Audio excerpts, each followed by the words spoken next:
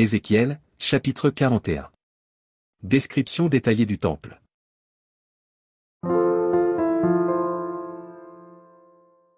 Il me conduisit dans le temple.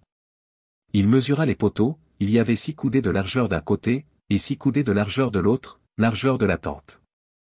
La largeur de la porte était de 10 coudées, il y avait 5 coudées d'un côté de la porte, et 5 coudées de l'autre.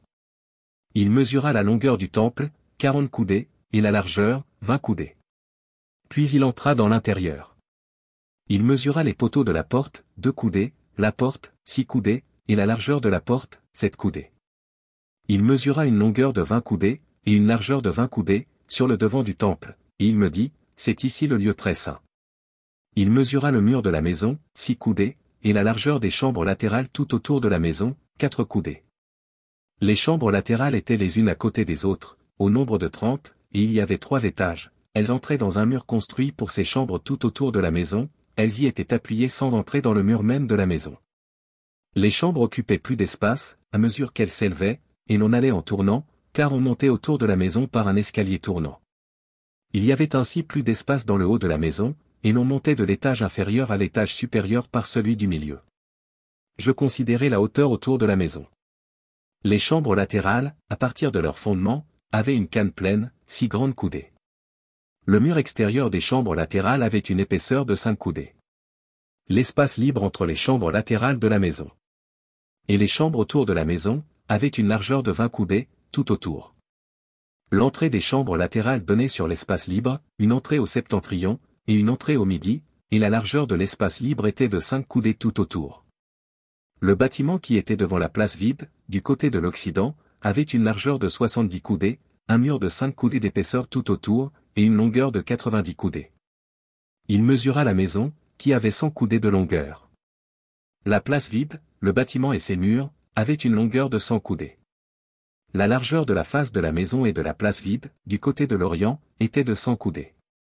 Il mesura la longueur du bâtiment devant la place vide, sur le derrière, et ses galeries de chaque côté, il y avait 100 coudées. Le temple intérieur, les vestibules extérieurs. Les seuils, les fenêtres grillées, les galeries du pourtour aux 3 étages, en face des seuils, étaient recouverts de bois tout autour. Depuis le sol jusqu'aux fenêtres fermées. Jusqu'au-dessus de la porte, le dedans de la maison, le dehors, toute la muraille du pourtour, à l'intérieur et à l'extérieur, tout était d'après la mesure. Et orné de chérubins et de palmes. Il y avait une palme entre 2 chérubins. Chaque chérubin avait 2 visages. Une face d'homme tournée d'un côté vers la palme, et une face de lion tournée de l'autre côté vers l'autre palme, il en était ainsi tout autour de la maison. Depuis le sol jusqu'au-dessus de la porte, il y avait des chérubins et des palmes, et aussi sur la muraille du temple. Les poteaux du temple étaient carrés, et la face du sanctuaire avait le même aspect. L'autel était de bois, ou de 3 coudées, et non de 2 coudées. Ses angles, ses pieds, et ses côtés étaient de bois.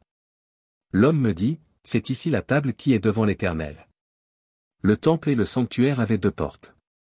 Il y avait aux portes 2 battants, qui tous 2 tournaient sur les portes, 2 battants pour une porte et 2 pour l'autre. Des chérubins et des palmes étaient sculptés sur les portes du temple, comme sur les murs.